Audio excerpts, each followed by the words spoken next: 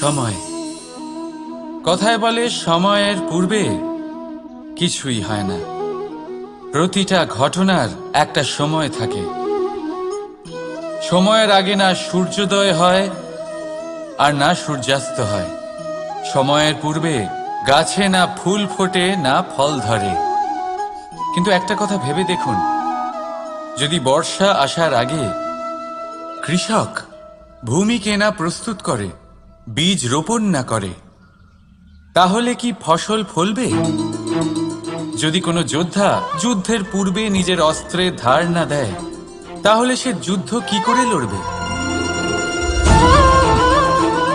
এর মানে এটাই হলো যে সময় আপনার যখন আসার তখন অবশ্যই আসবে, কিন্তু ততক্ষণ এটাও গুরুত্বপূর্ণ যে আপনি নিজেকে তার জন্য তৈরি রাখুন। কারণ এই